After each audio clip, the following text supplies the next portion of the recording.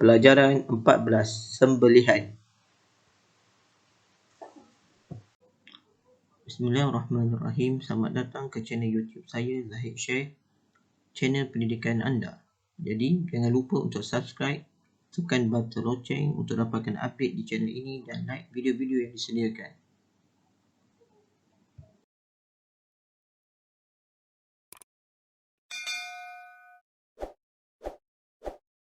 Assalamualaikum warahmatullahi taala wabarakatuh. Bersama saya Ustaz Muhammad Zahid bin Zulkifli, Guru Cemerlang Pendidikan Islam, dalam perkongsian berkenaan pelajaran 14 yang bertajuk Sembelihan. Jom. Baiklah, diminta kepada semua pelajar untuk membuka buku teks atau buku teks digital pada muka surat 109. Kita akan belajar tentang pelajaran 14 yang bertajuk Sembelihan. Yang pertama, kita akan lihat kepada maksud, hukum dan dalil sembelihan. Maksud sembelihan. Dari segi bahasa, sembelihan ialah memotong. Dari segi istilah, sembelihan ialah menyembelih binatang yang halal dimakan dagingnya dengan cara memutuskan urat halkum dan urat mereh, seperti dalam gambar rajah. Hukum sembelihan ialah wajib supaya halal dimakan dagingnya. Ini berdasarkan dalil nakli sembelihan firman Allah Subhanahu wa taala dalam surah Al-Maidah ayat yang ketiga. Maksudnya, diharamkan kepada kamu memakan bangkai, darah yang keluar mengalir, daging khinzir termasuk semua anggota tubuhnya, binatang-binatang yang disembelih bukan kerana Allah, yang mati tercekik, yang mati dipukul, yang mati kerana jatuh dari tempat yang tinggi, yang mati ditanduk, yang mati dimakan binatang buas, kecuali yang sempat kamu sembelih. Dalil nakli yang kedua, sebuah hadis. Rafi' bin Khadij meriwayatkan bahawa Rasulullah SAW bersabda, yang bermaksud, setiap yang ditumpahkan darahnya dengan menyebut nama Allah, maka makanlah. Riwayat Al-Bukhari. Seterusnya kita lihat kepada rukun, syarat sah, perkara sunat dan perkara makruh sembelihan. Yang pertama, rukun sembelihan. Terdapat 3 rukun sembelihan, iaitu yang pertama, penyembelih, yang kedua, binatang sembelihan, dan yang ketiga, alat sembelihan. Seterusnya, muka surat 111 buku teks. Kita akan lihat kepada syarat sah sembelihan. Syarat sah sembelihan terbahagi kepada 3, iaitu yang pertama, syarat sah penyembelih, yang kedua, syarat sah binatang sembelihan, dan yang ketiga, syarat sah alat sembelihan. Kita lihat kepada syarat sah penyembelih. Yang pertama, beragama Islam atau ahli kitab. Majoriti ulama menyatakan maksud ahli kitab ialah keturunan Bani Israel yang beragama Yahudi dan Nasrani. Halal sembelihan daripada ahli kitab kerana niat sembelihan mereka adalah kerana Allah Subhanahu wa taala. Sembelihan kanak-kanak dan perempuan adalah sah dan halal. Syarat sah penyembelih yang kedua, iaitu melakukan penyembelihan hanya kerana Allah Subhanahu wa taala. Sembelihan yang bukan kerana Allah adalah haram dan tidak sah dimakan. Contohnya, sembelihan untuk membuat persembahan kepada kubur keramat. Syarat sah binatang sembelihan. Yang pertama, masih mempunyai hayat mustaqirrah.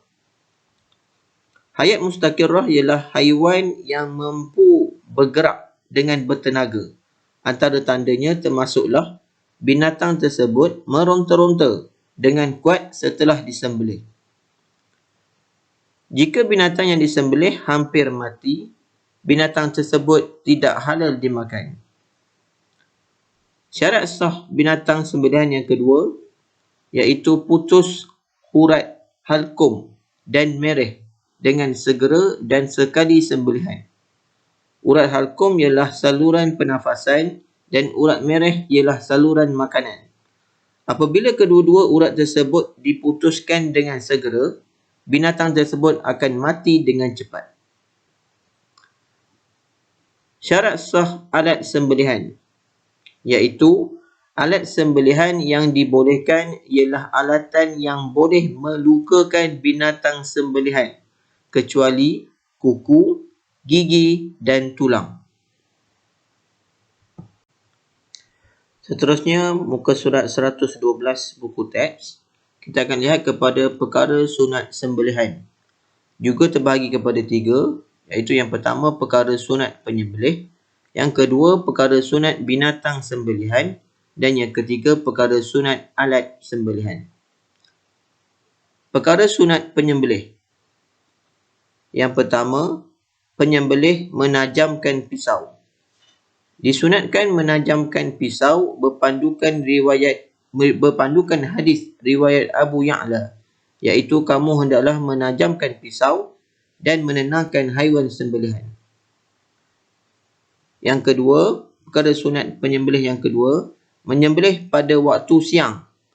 Disunatkan penyembelihan dilakukan pada waktu siang kerana ditakuti berlaku kesilapan ketika penyembelihan.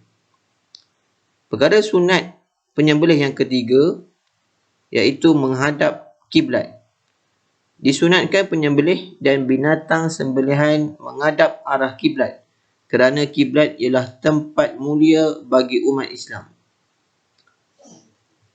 Perkara sunat penyembelih yang keempat, iaitu membaca basmalah.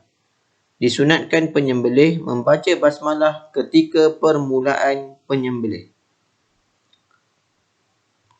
Perkara sunat binatang sembelihan, iaitu membaringkan binatang sembelihan pada rusuk kiri. Perkara sunat alat sembelihan, iaitu alat sembelihan ialah alatan yang tajam seperti pisau. Seterusnya, muka surat 113 buku teks, terlihat kepada perkara makruh sembelihan. Juga terbahagi kepada 3, iaitu yang pertama perkara makruh penyembelih, yang kedua perkara makruh binatang sembelihan, dan yang ketiga perkara makruh alat sembelihan. Perkara makruh penyembelih, iaitu yang pertama menyembelih di hadapan binatang lain, yang kedua menyembelih pada waktu malam, yang ketiga tidak menghadap kiblat, dan yang keempat tidak membaca basmalah. Perkara makruh binatang sembelihan, iaitu menyeksa binatang. Contoh menyeksa binatang sembelihan tanpa sebab, yang pertama memenggal leher, yang kedua mematahkan kaki, yang ketiga mengheret kaki binatang ke tempat sembelihan, dan yang keempat menajamkan pisau sembelihan di hadapan binatang. Perkara makruh alat sembelihan, iaitu menggunakan pisau yang tumpul.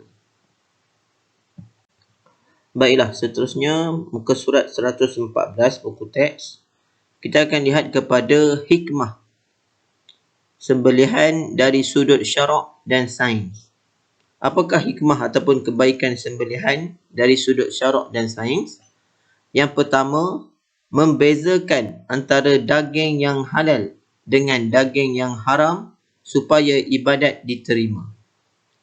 Hikmah sembelihan yang kedua, menghindarkan diri daripada penyakit yang terdapat dalam binatang kerana toksin dan bakteria yang terdapat dalam darah binatang telah dikeluarkan.